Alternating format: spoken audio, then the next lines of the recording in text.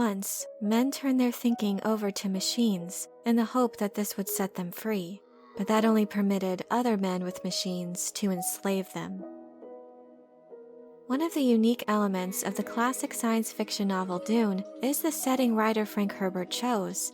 Thousands of years into the future, mankind has advanced and spread across the universe.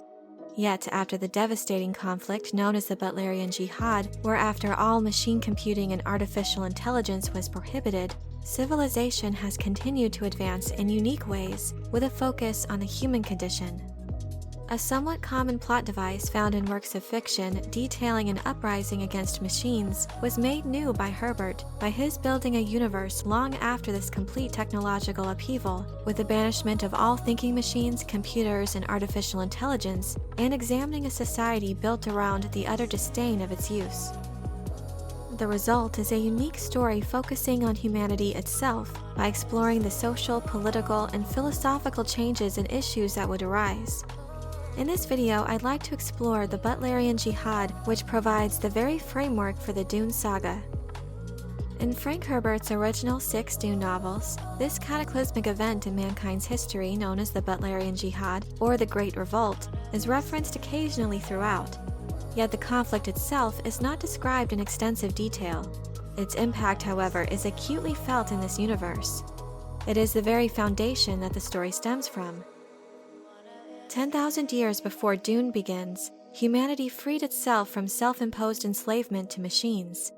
Human innovation, coupled with inherent laziness, was perceived as the potential destruction of the human race.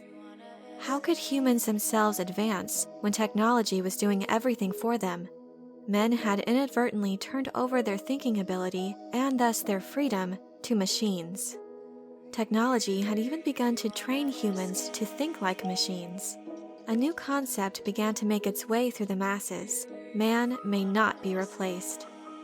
This realization sparked the religious crusade that would forever change the course of humanity. 2 generations of uprisings, chaos, and violence ensued. Billions of lives were lost in the effort to rid mankind of the crutch that computers, thinking machines, and conscious robots had become. In Frank Herbert's God Emperor of Dune, Leto Atreides II spoke about this pivotal event in their history. The target of the jihad was a machine attitude as much as the machines, Leto said. Humans had set those machines to usurp our sense of beauty, our necessary selfdom out of which we make living judgments. Naturally, the machines were destroyed.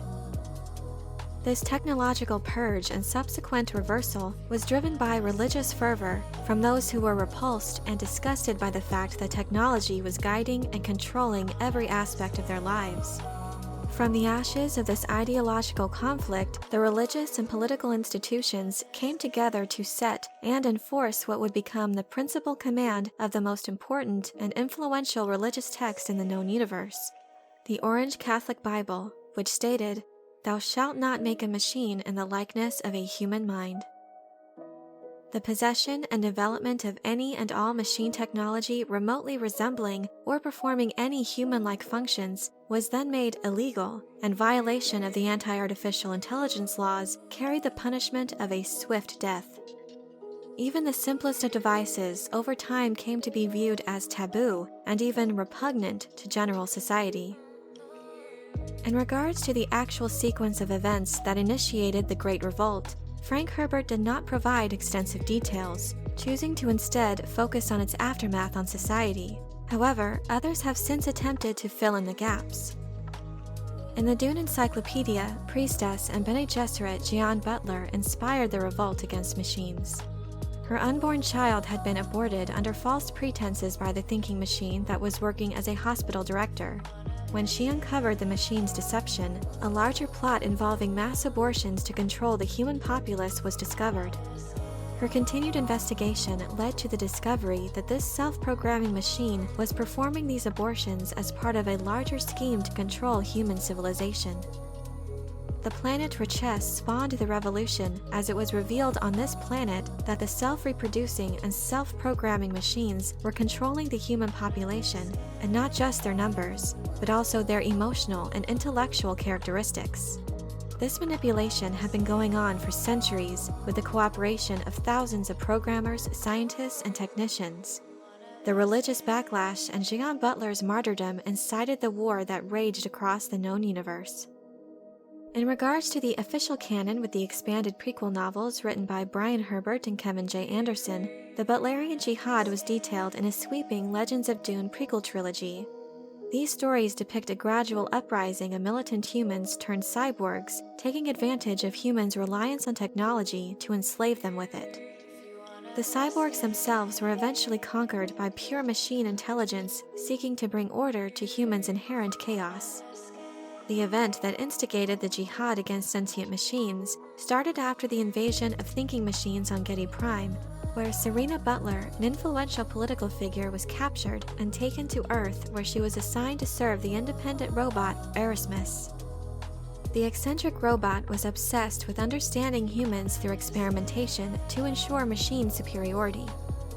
Serena Butler was an object of fascination, but when she gave birth to a son, the robot became displeased with this apparent distraction. Erasmus ended up sterilizing Serena and murdering her son. Serena's son was the martyr that instigated the uprising of enslaved humans against their machine overlords. During and after the Great Revolt, all infrastructure dependent on machines collapsed. Billions of lives were lost, and the institutions left standing forged ahead. From the devastation, the remnants of society focused on advancing the human race. A feudal imperial government arose not long after the revolt. The two chief surviving organizations from the Jihad were the Spacing Guild, which began building its monopoly on interstellar travel, and the Bene Gesserit Sisterhood, an institution focused on advancing human talent and abilities.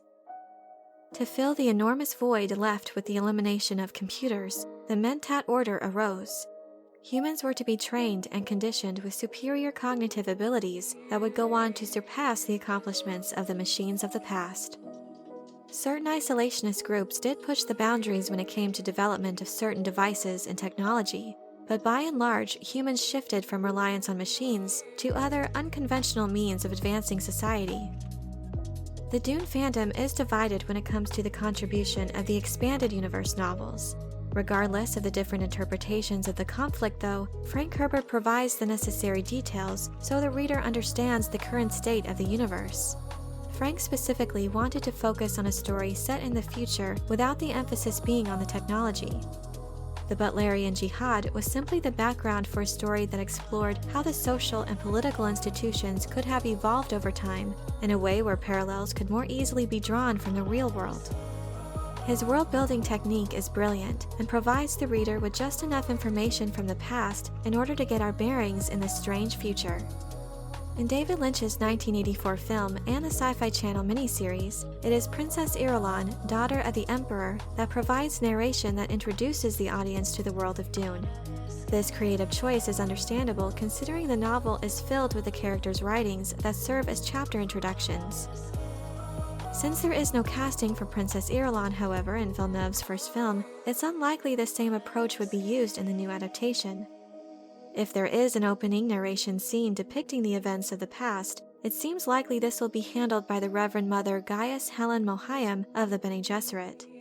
Her character, after all, plays an important part in setting the stage for Dune through her interchange with Paul Atreides. It is a pivotal scene in describing the significance of the Great Revolt and its impact on society. It's one that I am particularly looking forward to seeing in Villeneuve's first Dune film. I hope you enjoyed this video. Leave a like if you did, and be sure to subscribe for more Dune and other sci-fi and fantasy content. And let me know what you think about the different interpretations of the Butlerian Jihad, and what you think would be the best way Villeneuve could introduce the audience to the setting and background of Frank Herbert's universe. Thank you all so much for your support, and as always, have a very nerdy day.